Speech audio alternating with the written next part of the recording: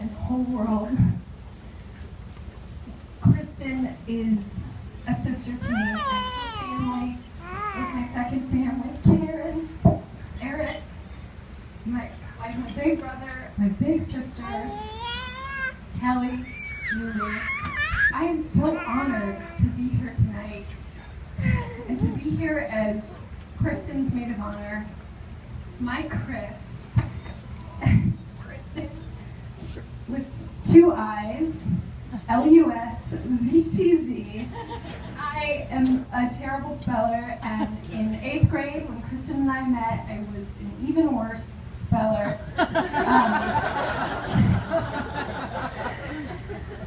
And hers was a tough last name, but she made me commit. I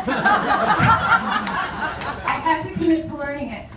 The notes that I wrote her had to basically be sounded out. The spelling was so bad. And I know that because only a couple of years ago she presented them to me, and we had something of a reading in my apartment on 13th Street. And in one of these notes in particular, and for the most part they're very dull, like I thought about bringing one, but truly we are just talking about boys and how cold we were all the time. So very cold in that middle school.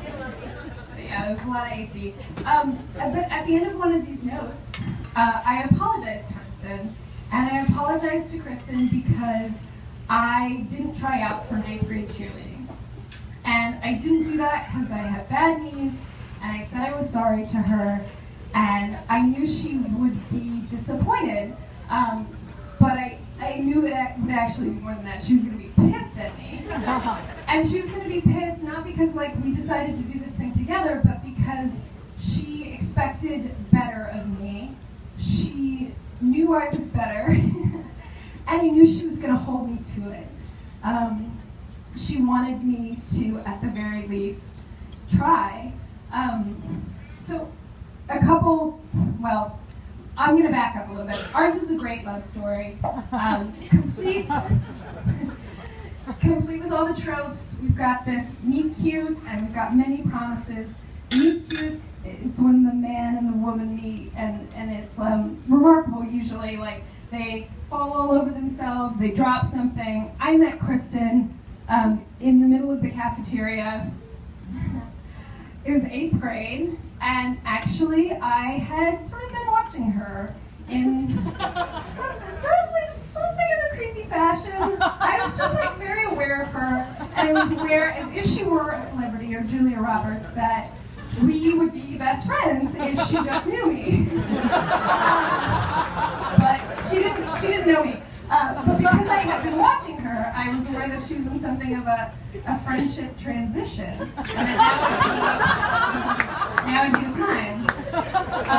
So I was just waiting for that opportune moment where we were like assigned as partners in class in geography or something. But that didn't happen. Instead, I was sitting with these other friends, one of which was sort of mean. Her name was Stacy Wickwire, and she made me. I know. She didn't make. She was fine. She just wanted me to purchase her a Coke after her own Coke had gone lukewarm and it was halfway full. And I was walking from where I was sitting. I had to like walk past Kristen. I ended up just stepping into the middle of the cafeteria when I mentioned I had bad knees. One of my knees hit a chair, went out of joint, and I ended up falling face first into the middle of the cafeteria. Big lunch, and I threw my Coke, this half for Stacy Wickwire's Coke, across the cafeteria. And actually, it was not as mortifying as it sounds. It should have been terrible, but many people rushed over. Kristen was not among them. No. But what she did was much better. She actually walked across the cafeteria, grabbed my Coke can that I had chucked over there, and asked me if I still wanted it. And then pretty soon after that, I was like, this is my moment. I am going to ask her to work on cheerleading moves with me at my house, which was a total ploy to get her there because I was awesome at cheerleading moves. That's the reason I was on the spot. It was the thing I was the best at. once I had her there, and I had her in my clutches, and made her my best friend, there was no cheerleading. I think she realized the awkwardness of it. But it was way too late. She was already my best friend.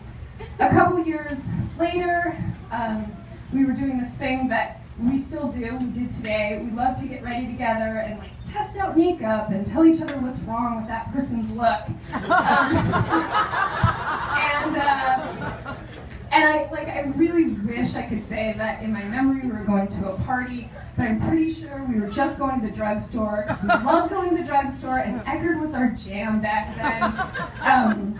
And at the time, Kristen had been kind of happy with her look, but we're walking to her white Jag with the red leather interior, and she's like, you know what, I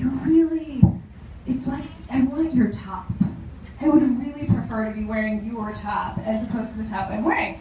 And I was like, well, I wouldn't be here if I didn't, because what happened was that I said, sure, you can wear my top if I can be your maid of honor when you get married.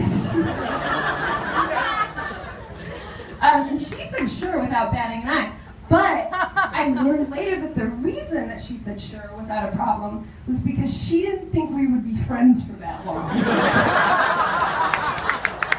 So a couple of years later, we're off. I'm going to NYU. She's going to Texas Tech, Lubbock. And I'm like, we're hugging goodbye. I'm like, I love you, best friends forever. And she was like, let's be realistic here. That's probably not going to happen. And I was like, I promise you, it will happen.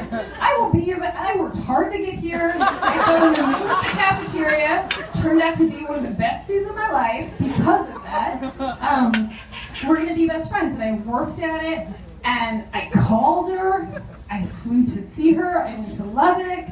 And then 5 years later, or gosh, it was more like 10 years later, she moved to New York City. And when she moved to New York City, I told her, gosh, Kristen, like things are a little different in New York. We probably won't see each other that much. We'll like hang out once a month, once every 2 months. And she was like, no, I promise you, we will hang out at least once a week. And she would show up to my apartment. She would call me, actually, in front of my apartment. If I didn't answer, she would buzz me. And if I did answer, she'd be like, hey, what are you doing? I'd be like, oh, I'm really busy right now. She'd be like, okay, let's talk about it. I'll just come upstairs and we can hang out. And so the point is, she worked at it. There was a little bit of stalking. But I had stalked you first, so that's totally fine. She tried, she worked hard, she even lived with us at one point, and it was a great time. Hey Jackson! I